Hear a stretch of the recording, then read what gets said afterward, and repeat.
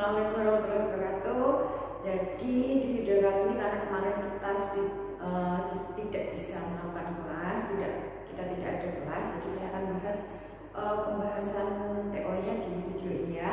Nah, pertama coba sekarang dilihat ringkas coba dilihat soalnya. Jadi yang nomor 61 adalah hormon tumbuhan yang berperan dalam penghambatan pembelahan sel. Berarti kan kemarin sudah saya jelaskan bahwa ada 3 jenis hormon. Ada hormon yang membantu atau mendukung pembelahan sel atau pertumbuhan sel. Kemudian yang kedua ada hormon yang 50-50. Jadi ada yang dia itu menghambat pertumbuhan dan juga dia mendukung pertumbuhan. Kemudian ada yang hormon yang ketiga, itu adalah hormon yang menghambat pertumbuhan. Nah, hormon ini jadi yang mendukung pertumbuhan sel itu contohnya ada auksin, kemudian ada giberelin, ada sitokinin, kemudian ada lagi kalin, kayak antokalin, rizokalin gitu. Terus hormon yang 50-50 tadi, yang saya bilang 50-50 tadi atau yang separuh-separuh yang dia bisa menghambat sekaligus dia juga mendukung pertumbuhan, itu ada gasetilen. Kemudian untuk yang dia benar-benar menghambat pertumbuhan itu adalah hormon absisa. Jadi yang nomor 61 jawabannya adalah E.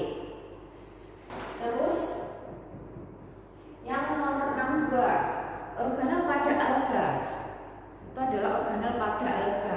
Yang mana itu adalah tempat sintesis amilum adalah, jadi kalau alga dia itu jawabannya adalah A, pirenoid.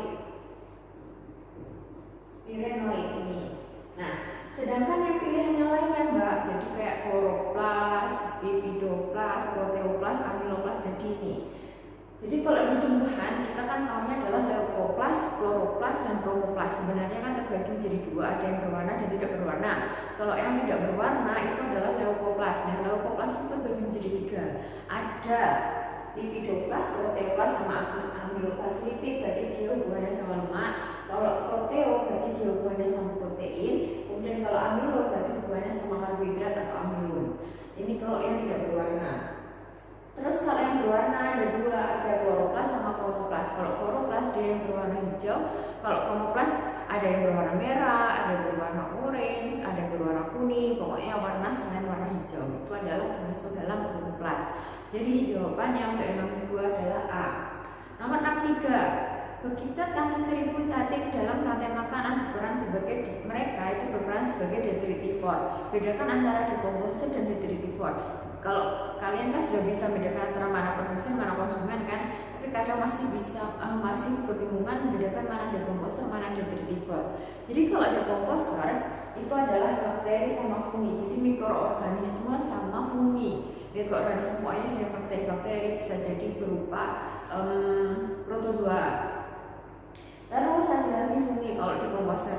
Kalau detritivor itu contohnya pokoknya dia organisme subtanah. Organisme subtanah pokoknya dia hidupnya di dalam tanah. Dia bukan mikroorganisme tapi dia lebih ke makroorganisme. Jadi kayak semut, rayap, bekicot, rayap, kemudian kaki 1000. Jadi dia tugasnya nantinya dia yang berperan dalam pemecahan. Jadi misalnya ada bangkai yang besar, nanti akan dipecah menjadi kecil-kecil sama detritivor itu kayak gitu. Nah, itu tugasnya detritivor. Jadi nomor 63 jawabannya adalah E. Terus nomor 64, lumut kerak. Kemarin ini sudah muncul soalnya. Jadi yang nomor 64 itu jawabannya adalah E. Kemarin juga sudah saya bahas. Nomor 65 hujan tropis itu. Jadi ciri-cirinya itu adalah curah hujannya sangat tinggi. Jadi antara 200 sampai 450 cm per tahunnya. Kemudian mataharinya bersinar sepanjang tahun meskipun intensitasnya nggak sama. Jadi karena hutan hujan tropis ini dia itu pohonnya tinggi-tinggi, jadi akan terbentuk iklim mikro. Jadi kayak bagian atas itu mendapatkan intensitas cahaya matahari yang lebih banyak dibandingkan yang bagian bawah seperti itu. Nah, kemudian pohonnya tinggi dan membentuk kanopi itu tudung. Jadi karena pohonnya sangat tinggi akhirnya yang bagian bawah itu kayak ketutup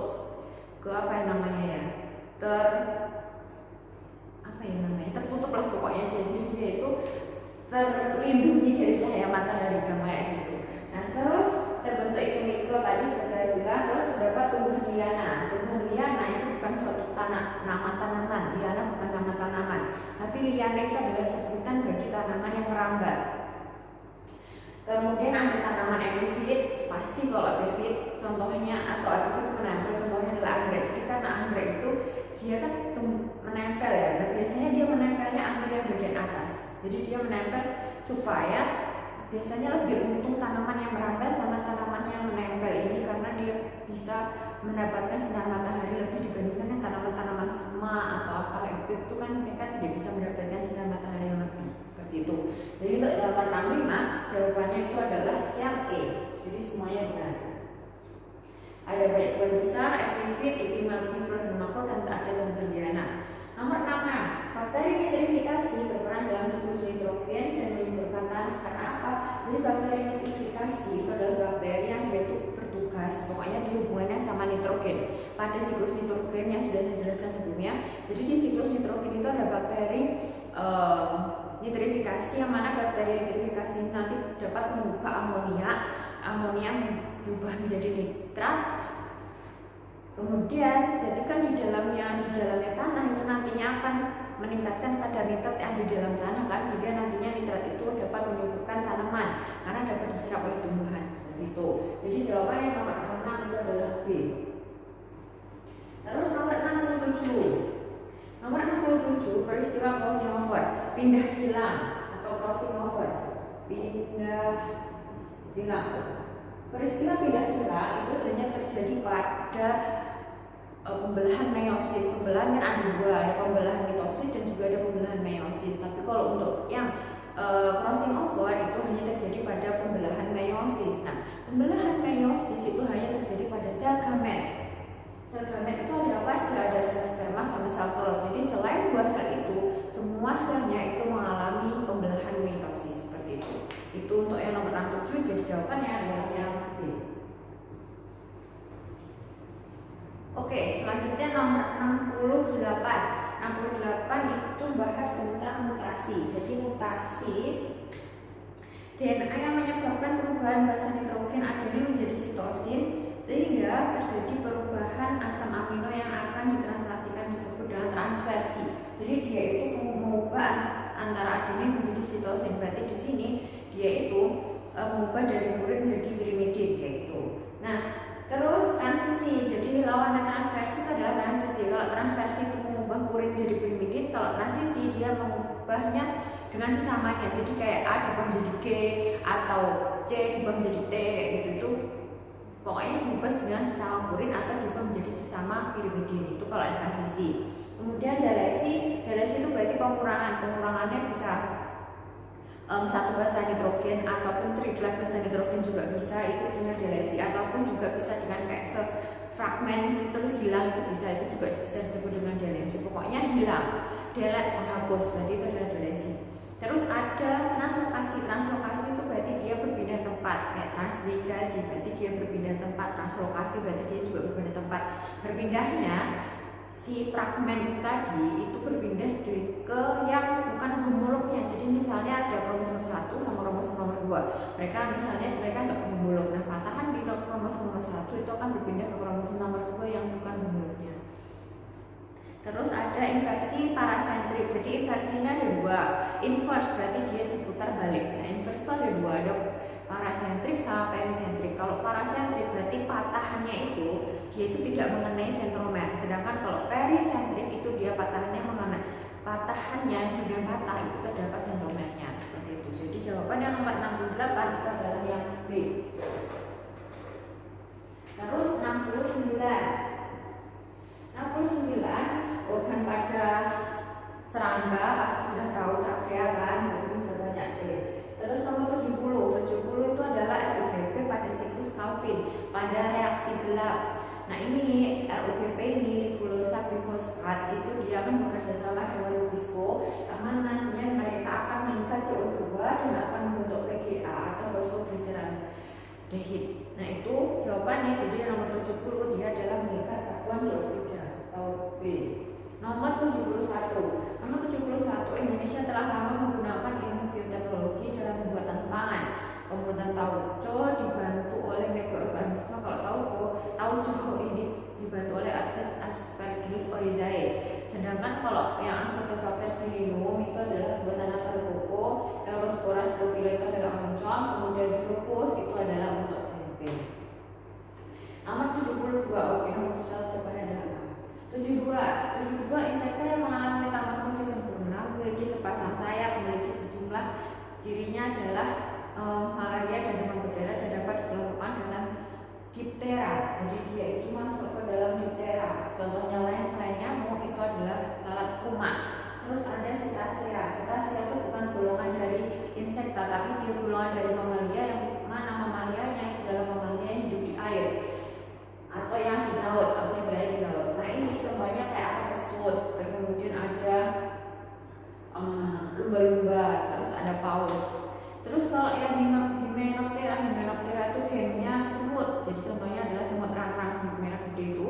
Kemudian ada Odonata yang capung. Kalau Lepidoptera itu golongannya kupu-kupu.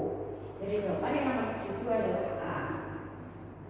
Nomor 73, biji kacang hijau ini masih dalam tahapan inhibisi. Jadi air dalam proses inhibisi ini dia itu bertugas untuk apa? Mengaktifkan hormon gibrelin. Jadi hormon gibrelin ini diaktifkan oleh adanya air yang masuk ke dalam bijinya tadi. Nah, hormon gibrelin itu apa? Akan merangsang metabolisme dalam biji. Metabolismenya apa? Kayak memecah amilum yang ada di biji, memecah lemak yang ada di biji, memecah protein yang ada di biji. Akhirnya nantinya dia bisa digunakan untuk tumbuh seperti itu. Jadi jawabannya kayak nomor 73 itu adalah C. Terus nomor 74 itu tahapan pada hidup cacing fasial hepatica, dimulai dari telur pasti, dimulai dari telur, kemudian Dimerasidium, kemudian Sporokeis, Hemisporoidea, Desekaria, Metasecaria, cacing dewasa balik lagi ke telur. Jadi jawabannya yang kayak 74 itu adalah D. 75 ikan mas termasuk dalam Osteichthyes. Ostei berarti dia adalah tulang sejati.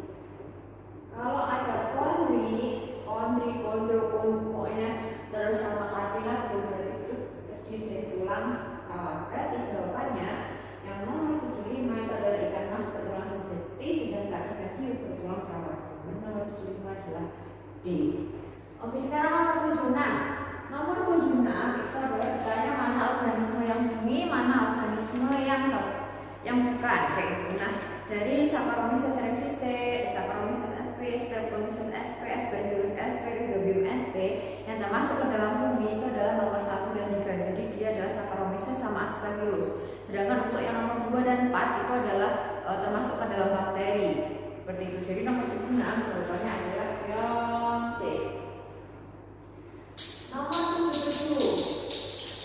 Nomor 77 ini enzim yang dapat digunakan untuk membuat keju dalam sistem pencernaan. Jadi bahan untuk keju kan susu. Nah, susu itu kan proses pencernaannya ada di lambung kan. Nah, enzimnya apa? Kalau untuk yang pencernaan susu itu adalah renin. Nah, renin itu ada terdapat di dalam lambung. Jadi nomor 77 jawabannya adalah yang lambung atau 4 saja. D. 78 ini isolasi reproduksi kemarin yang sudah dijelaskan. Jadi ada prazigotik, ada posigotik. Kalau prazigotik berarti dia sebelum terbentuk zigot itu sudah tidak bisa melakukan perkawinan. Makanya saya bilangnya di sini adalah isolasi perkawinan. Nah, yang nomor 1, 2, 3 isolasi geografi, isolasi mekanik, isolasi tingkah laku itu adalah isolasi yang prazigotik atau isolasi perkawinan. Karena hal tersebut itu tidak bisa melakukan perkawinan, akhirnya apa? Tidak terbentuk zigot. Terus kalau untuk yang nomor 4, isolasi gamet itu adalah isolasi yang postzigotik. Jadi mereka bisa melakukan perkawinan, tapi tidak terbentuk organisme atau tidak terbentuk zigot atau tidak terbentuk embrio kayak gitu. Nah, maka yang disebut dengan isolasi hibrid itu adalah keturunan. Jadi meskipun mereka bisa melakukan perkawinan, tapi tidak akan terbentuk keturunan. Kalau ini tidak bisa melakukan perkawinan. Kalau yang 4 itu bisa kawin tapi tidak bisa menghasilkan keturunan. Jadi yang nomor 78 jawabannya adalah yang nomor 1, 2, dan 3, yang A.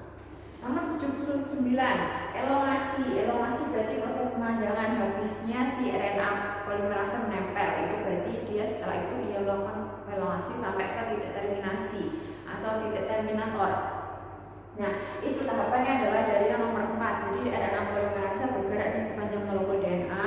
Habis itu nanti pilihan ganda itu akan terbuka secara berurutan karena RNA polimerase tadi. Kemudian setelah itu RNA polimerase menambahkan nukleotida RNA yang sedang dirakit di sepanjang rantai DNA. Habis itu rantai double helixnya setelah jalan, kan yang belakang sudah selesai tuh, nanti dia akan kembali lagi membentuk double helix. Setelah itu molekul RNA dilepas dari cetakannya. Itu berarti kalau sudah lepas berarti dia masuk menuju ke terminasi. Nah, berarti jawaban yang nomor 9 itu adalah E. Nomor 80, hiposekresi hormon somatotropin. Somatotropin itu adalah hormon pertumbuhan atau growth hormone. Yang mana ini si hormon pertumbuhan ini dia itu mengendalikan pertumbuhan dan perbanyakan sel-sel yang ada di tubuh kita. Jadi hubungannya adalah untuk kita tumbuh, semuanya itu adalah hormon pertumbuhan atau hormon somatotropin. Nah, ada namanya abnormalitas. Abnormalitas berarti ada sesuatu hal yang tidak beres di situ. Bisa berupa hiposekresi atau produksinya sedikit, sama hipersekresi atau produksinya yang banyak. Kalau hiposekresi produksinya sedikit itu waktu masa pubertas itu atau waktu masih anak-anak itu dapat menyebabkan kekerdillan atau dwarfism. Nah, sedangkan kalau hipersekresi itu ada dua. Jadi setelah cakram epifisisnya tertutup atau sebelum cakram epifisisnya tertutup. Jadi misalnya kalau cakram epifisisnya belum tertutup itu waktu masih anak-anak, kalau yang sudah berarti masih sudah dewasa. Kalau yang ada dua jenis, ada gigantisme sama akromegali. Kalau gigantisme itu adalah hipersekresi, ada proses hipersekresi dari hormon somatotropin waktu cakra epifisisnya belum menutup, akhirnya tingginya berlebihan. Nah, biasanya kalau yang gigantisme ini yang dipengaruhi itu adalah tulang-tulang yang tulang pipa. Kalau untuk yang akromegali, jadi kalau karena si gigantisme kan tinggi, akhirnya tulang pipanya panjang kan.